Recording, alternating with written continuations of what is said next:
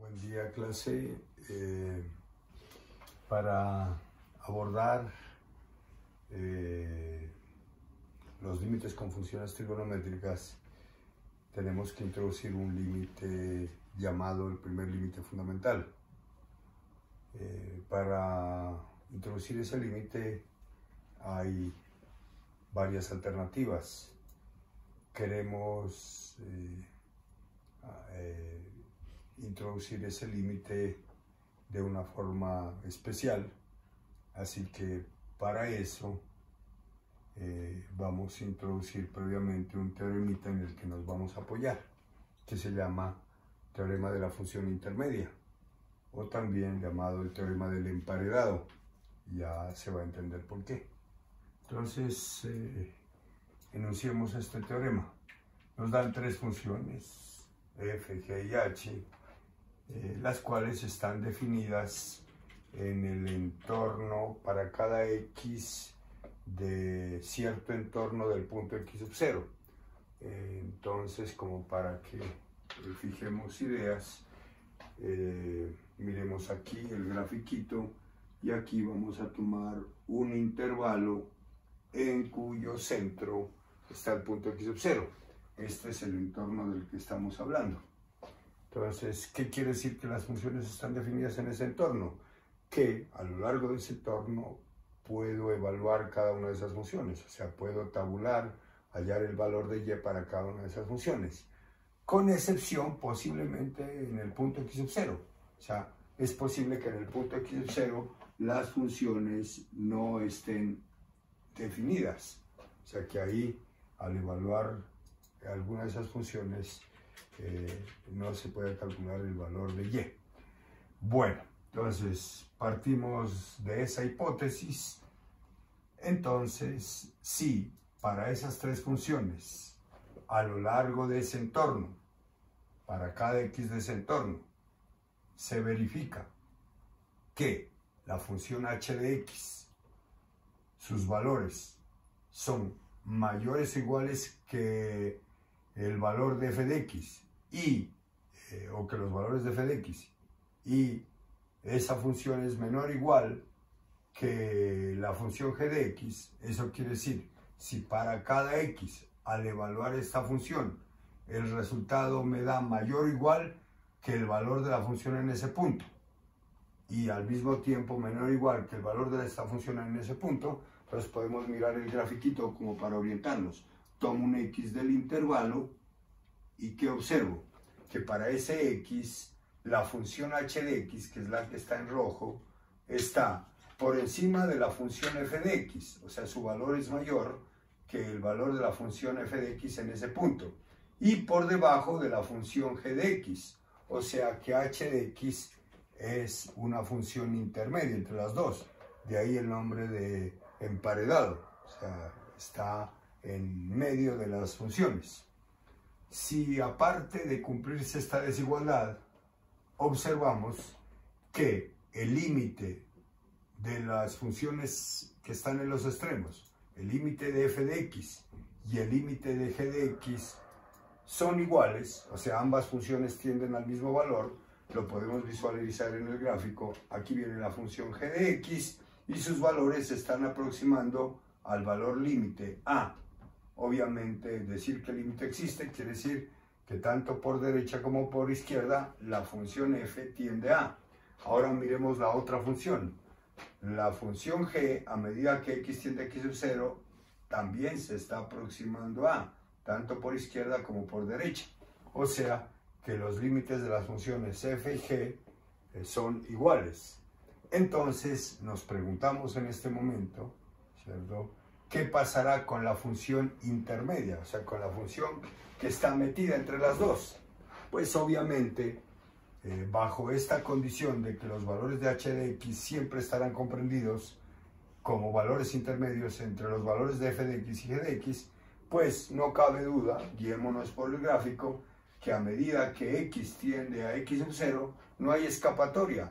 La función está metida, emparedada, comprendida entre las dos. Entonces, si las dos funciones les da por cerrarse en ese punto, tender al mismo valor, pues la función que está metida entre ellas no le queda otra que tender a ese mismo valor. Y ese es el llamado teorema de la función intermedia. O sea que la función h de x, por estar metida entre las dos, pues tiene el mismo límite al que tienen esas funciones de los extremos.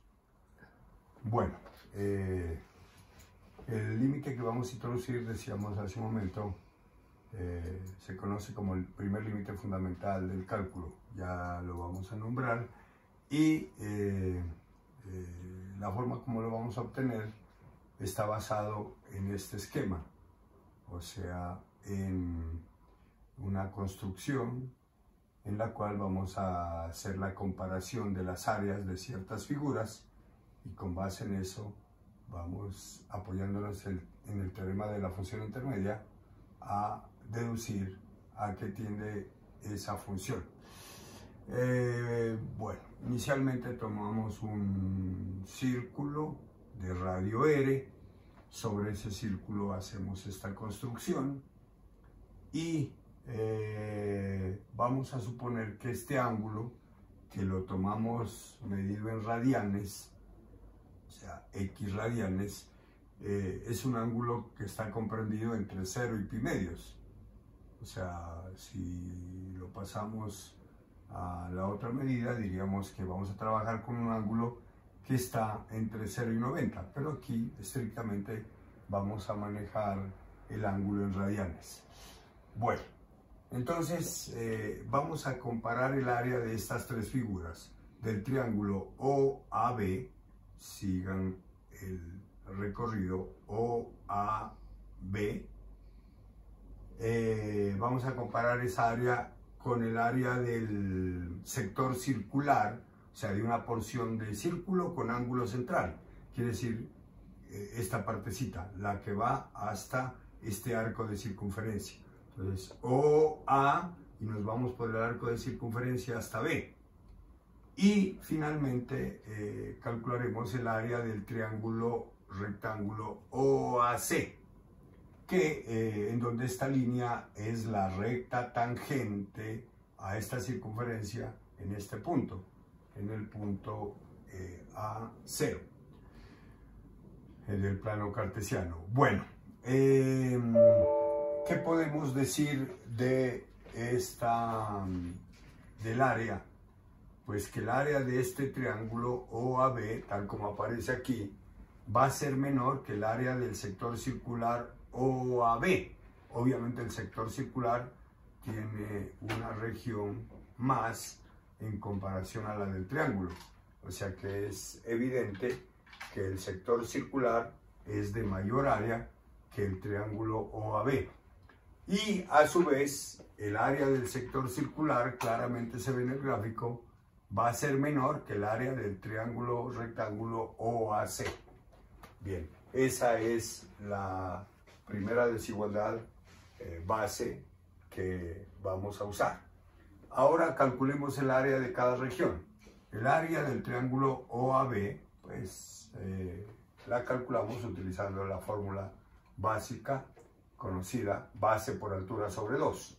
Como este es un círculo de radio r, o una circunferencia de radio r, entonces este lado le sirve de base a nuestro triángulo. Entonces multiplicaríamos base por altura sobre 2, que es la fórmula para calcular áreas. Pero nos preguntamos cuál será la altura de este triángulo. Entonces vamos a la definición de la función seno. Seno en este triángulo es igual a cateto opuesto sobre hipotenusa. Si miramos este triángulo que va hasta aquí, es un triángulo rectángulo. Entonces el seno de este ángulo es igual a cateto opuesto sobre la hipotenusa, que es r. De ahí despejamos h. Entonces h será igual a r por el seno del ángulo. Así que el área del triángulo OAB terminó siendo base, o sea r, por altura, tomada de acá, altura r por seno de x, sobre 2. Perfecto. Esa área va a ser menor que el área del sector circular, pero el área del sector circular se define mediante una regla de 3. Si el área correspondiente a la vuelta completa, o sea, un giro de 2pi, o sea, el área del círculo, es igual a pi radio al cuadrado, que es una fórmula que nosotros conocemos de memoria desde la escuela, legado de nuestros antepasados. A esa fórmula ustedes podrán llegar, o sea, demostrarla en el siguiente curso, en cálculo integral. A través de integrales uno demuestra que efectivamente el área del círculo, o sea, el área de toda esta región, es pi por radio al cuadrado. Por lo pronto, pues la usamos así como nos la han dado desde la matemática básica. Entonces, si el área de todo el círculo correspondiente a la vuelta completa es igual a pi radio cuadrado, entonces el área correspondiente a este giro de x radianes por regla de 3 será igual a x medios por radio al cuadrado. Observen que aquí el giro completo aparece dividido entre 2, o sea, por simple inspección. Entonces, aquí para este ángulo el área será igual a ángulo medios por radio al cuadrado. Obviamente el ángulo medido en radianes. Listo. Entonces, área del sector circular, ángulo medios por radio al cuadrado. Y el área de este sector circular es menor que el área del triángulo mayor, que es base, otra vez R, por altura. Pero esta altura vamos a obtenerla a través de la tangente. Sabemos que tangente en este triángulo rectángulo, por definición, es igual a cateto opuesto sobre cateto adyacente al ángulo. De aquí despejamos h mayúscula, o sea, h es igual a r por la tangente de x. Así que para este triángulo el área será base r por altura, que la traemos de acá, o sea, r por tangente de x, sobre 2. Listo. Entonces hemos calculado el área y hemos llegado a esa doble desigualdad. Observen que en cada uno de estos elementos aparece como elemento común r cuadrado sobre 2. Así que vamos a simplificar dividiendo cada miembro de esta desigualdad por r cuadrado medios, o lo que es lo mismo, multiplicar por 2 sobre r cuadrado todos los miembros de esta desigualdad. Pero dado que r al cuadrado sobre 2 es una cantidad positiva, entonces al simplificar todos los miembros de esta desigualdad por propiedades por una cantidad que es positiva, las desigualdades no cambian de sentido. Eso lo sabemos nosotros perfectamente por propiedades. Entonces aquí, al eliminar r cuadrado y 2, nos queda seno de x, aquí nos queda x, y aquí nos queda tangente de x. Ahora bien, si divido ambos miembros o todos los miembros de estas desigualdades por seno de x, entonces lo primero que observo es que para un ángulo que está entre 0 y pi medios, el seno de x toma valores positivos. Eso lo saben o simplemente mirando la construcción o basándose en la gráfica de la función seno. Sabemos que el seno, inclusive de 0 a pi, es positivo, pero nosotros solamente estamos trabajando de 0 a pi medios, así que ahí el seno es positivo. Entonces, al dividir todos los miembros de esta desigualdad entre seno de x, la desigualdad mantiene sus sentidos, o las desigualdades mantienen sus sentidos. Entonces dividimos entre seno de x y nos queda aquí 1, aquí x sobre seno de x, y aquí, dado que tangente seno sobre coseno, al dividir entre seno, solo nos queda 1 sobre coseno. El siguiente paso que vamos a dar es invertir todos los miembros de estas desigualdades. Entonces, lo primero que nos preguntamos es, si invertimos estas fracciones, todas son fracciones, el denominador de este 1 pues es 1, si invertimos estas fracciones nos preguntamos qué pasará con los sentidos de las desigualdades. Entonces, cada desigualdad cambia de sentido, o las desigualdades cambian de sentido. Así que seno de x sobre x va a ser, en lugar de ser mayor, ahora es menor que 1, y al mismo tiempo seno de x sobre x pasa de ser menor a ser mayor que coseno de x. Bueno, si queremos escribir esto para leerlo de izquierda a derecha, de menor a mayor, entonces nos quedaría seno de x sobre x es mayor que coseno de x, eso es lo que dice aquí, mayor que coseno de x y menor que 1. Perfecto. Y estamos llegando al punto final al que queríamos llegar, que le da sentido a todo esto. Esta expresión que está aquí está haciendo el papel de función intermedia entre la función coseno y la función 1. Eso ustedes, por una vía más rápida, pueden comprobarlo a través de una aplicación. Ustedes dicen, voy a graficar estas funciones por superposición en la misma pantalla. Entonces se van a dar cuenta que la gráfica de esta función está comprendida entre coseno de x, o sea, está por encima de la gráfica de coseno de x y por debajo de la función y igual a 1 en el intervalo de 0 a pi medios. Pero dado que todas estas funciones son pares, esta es una función par, el coseno sabemos que es una función par, y la función y igual a 1 pues es una función par, entonces quiere decir que esto se va a cumplir también para los valores opuestos, o sea, para los x que están de menos pi medios a 0. Entonces, quiere decir que podemos acercarnos a 0 tanto por izquierda como por derecha, o sea, con valores negativos, con valores positivos, dado que la función es par. Por lo tanto, aquí nos preguntamos, la función coseno de x, cuando x tiende a 0, ¿a qué tiende?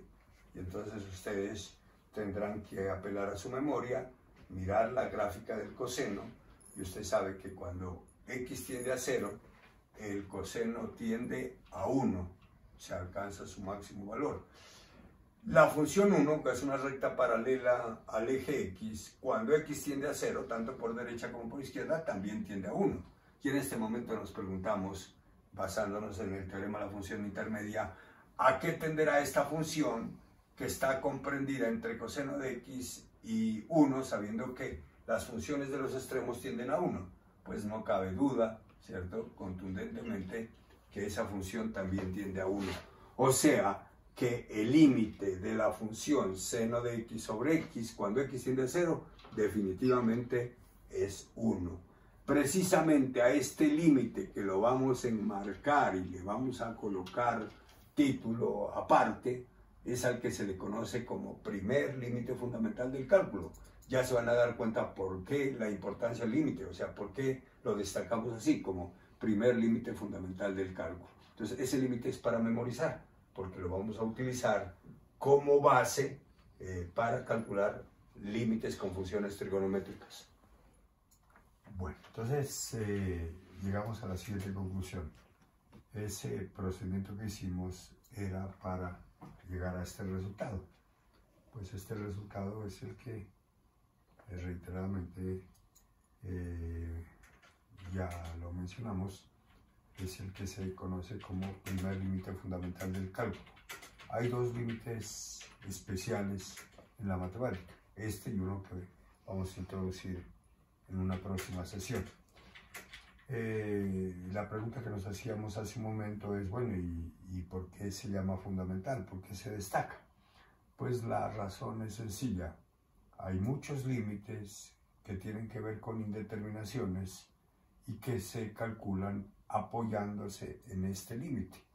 O sea, este límite es como si fuera una fórmula mediante la cual podemos promover otros límites. Así que vamos a hacer unos 2 ejemplitos y luego, mediante un taller de ejercicios, vamos mejorando nuestro proceso. Entonces, el primer límite que nos proponemos hacer es este, límite de seno de 3x sobre x, con x tendiendo a 0. Si usted lo quisiera calcular directamente, entonces se daría cuenta que esto conduce a una indeterminación de la forma 0 sobre 0. Como x tiende a 0, 3 por 0, 0. Seno de 0, 0. Sobre 0. O sea que calcularlo directamente es imposible. Entonces, ¿qué vamos a hacer? Entonces observen que este límite es casi igual al límite fundamental. El problema es que para que sea el fundamental, la variable que está dentro del seno, o el elemento que está dentro del seno, debe ser el mismo que está como denominador. Y esa variable debe tender a 0. Si miramos nuestro ejemplo, vemos que allá dentro del seno, si quieren, lo pueden escribir entre paréntesis, no hay necesidad, pero si eso les ayuda, lo pueden colocar entre paréntesis. El papel de x lo está haciendo 3x, pero este límite se convertiría en el fundamental si abajo estuviera también 3x, y obviamente con x tendiendo a 0, 3x también tiende a 0.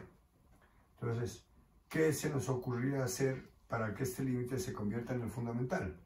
Acuérdense que variable significa que puede tomar cualquier forma. Entonces no nos interesa quién está haciendo el papel de x. Lo importante es que esa x esté tendiendo a 0.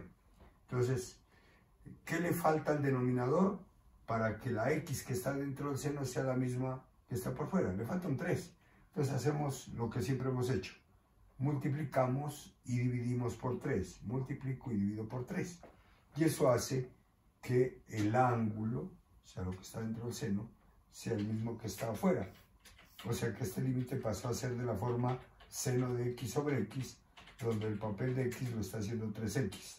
Y cuando x tiende a 0, pues este se convierte en el límite fundamental. Pero como hay un producto, entonces aplicamos la regla correspondiente para calcular límites.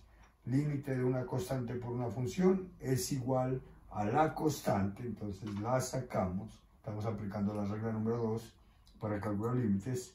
Límite de una constante por una función igual a la constante que sale por el límite de la función. Pero el límite de esta función es el límite fundamental, que es 1. Así que 3 por 1, 3. Listo. Entonces, nos preguntamos qué nos permitió llegar al resultado. El apoyarnos en ese límite que ya tenemos instituido.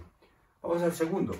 Este límite es más interesante que el anterior, porque de entradita no vemos ninguna conexión entre el coseno y esto. O sea, nada. Entonces, intentamos calcular directamente. Cuando x tiende a 0, sabemos que el coseno de 0 es 1. O sea, el coseno va a tender a 1.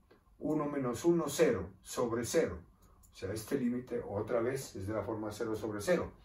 Pero para estos límites, a diferencia del tipo anterior que calculábamos en la sesión pasada, allá dividíamos, factorizábamos y eliminábamos el factor común.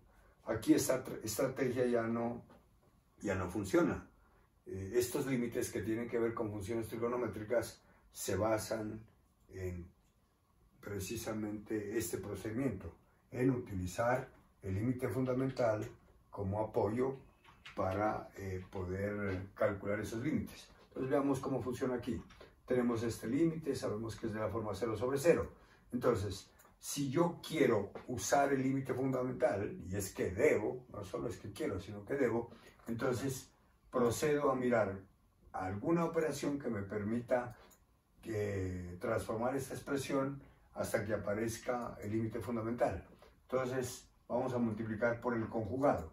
Esto es a menos b, y vamos a multiplicar por a más b, tanto arriba como abajo. Eso ya lo tenemos familiarizado porque venimos de manejar expresiones de ese tipo apoyándonos en productos notables. Ahora, si yo multiplico a menos b por a más b, me queda una diferencia de cuadrados. En el siguiente paso nos queda 1 menos coseno cuadrado. Y abajo dejamos indicada la operación, x cuadrado por 1 más coseno de x. Pregunta, ¿qué logramos al multiplicar por el conjugado? O sea, al multiplicar 1 menos coseno por 1 más coseno.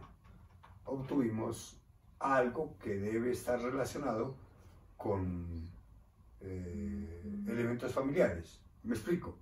1 menos coseno cuadrado de x tiene que ver con la identidad fundamental de la trigonometría, que seguramente no la hemos olvidado. Esa que dice coseno cuadrado de x más seno cuadrado de x igual a 1. Si de esa identidad despejamos seno cuadrado va a ser igual a 1 menos coseno cuadrado, que es precisamente lo que tenemos aquí. Así que en el siguiente paso cambiamos 1 menos coseno cuadrado por su equivalente, que es seno cuadrado. Y abajo mantenemos el denominador así, factorizado. Ahora vamos a separar esto como seno cuadrado sobre x cuadrado por el otro elemento. Observen que aquí ya apareció el seno, abajo está la x, entonces ya estamos llegando a nuestro objetivo, que es que aparezca el primer límite fundamental. Entonces abrimos esto como un producto, seno cuadrado es seno por seno y x cuadrado es pues obviamente x por x, y por este factor que aparece en el denominador. Si usted quiere convencerse que esto que tenemos aquí es equivalente al anterior, pues multiplica esas fracciones, numerador con numerador, denominador con denominador. Y vamos a dar el último paso. Entonces, límite de un producto, dice la regla número 4 para calcular límites, es el producto de los límites, es igual al producto de los límites. Límite el primero, pues el primero es el que tenemos aquí, es el primer límite fundamental. 1, límite el segundo, el mismo 1, por el límite del tercero. El tercero es un cociente.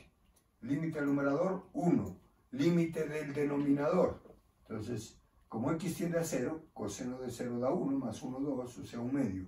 Así que nos queda 1 por 1 por 1 medio, igual a 1 medio. Listo. Entonces, ahora, para afianzar el cálculo de límites con funciones trigonométricas, vamos a proponer un taller, el cual lo estaremos trabajando a lo largo de esta sesión y pues miraremos a ver nuestro avance.